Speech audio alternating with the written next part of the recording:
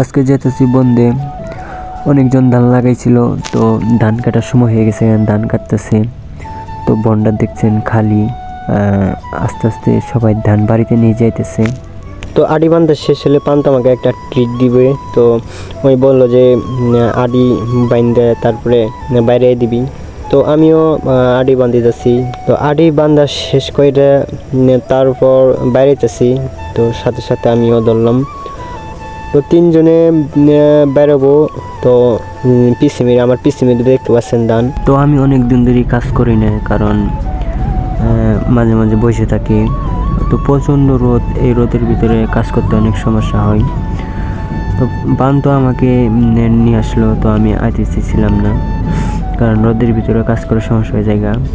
তো আটি বান দিলাম, তো জুড়ে জুড়ে বাইন্দে তারপরে বেড়ানি শুরু করলাম।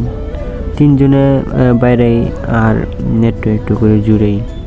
তো মাঝে মাঝে পানি খাই। তো প্রথম একটু খারাপ লাগছে, পরে আড়ি বাড়িতে ভালোই লাগছে। এই জায়গায় মূলত ধান আসছিল, তো ধান কাইটা তো বাড়িতে নিয়ে গেছে গা।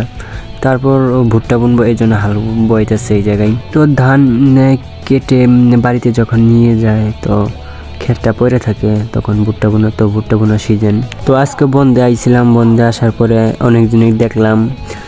তো এটা হচ্ছে আমার বন্ধু, তো আমরা একসাথে আগে পড়ছি মাদ্রাসা পড়ে। তো ওই আজকে ধান কাটতে রাইছে তো বন্ধে। তো ওই সাইডে এগুলা কাটা শেষ, তো এগুলা কাটিয়ে এখন বাঁধিতেছে।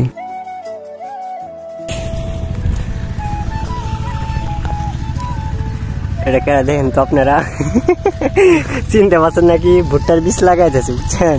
মূলত এই ক্ষেতটা ভুট্টা বুনবো, এই জন্য হাল বইলো। এখন ভুট্টা বিতরণ করতে, বীজ রোপণ করতেছি।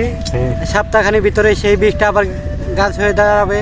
তখন আমরা ভালোভাবে কীটনাশক এবং ব্যবহার করে, জৈব সার ব্যবহার করে আমরা সেই গাছটাকে দাঁড়ানোর জন্য পর্যবেক্ষণ করে তাকে সুরক্ষিত রাখার জন্য আমরা তাপমাত্রা দিয়ে রাখবো। এই জায়গায় ভুট্টা বীজ রোপণ করতেছে তিনজন।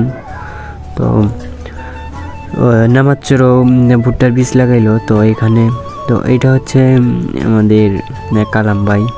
তো কালাম ভাই বাড়িতে সংসার করে, তো এইও ভুট্টার বীজ লাগাইতেছে। তো বন্দে আইসা অনেকজনের সাথে কথা বললাম। তো আমাদের ধান বাড়ানি শেষ হয়ে গেছে।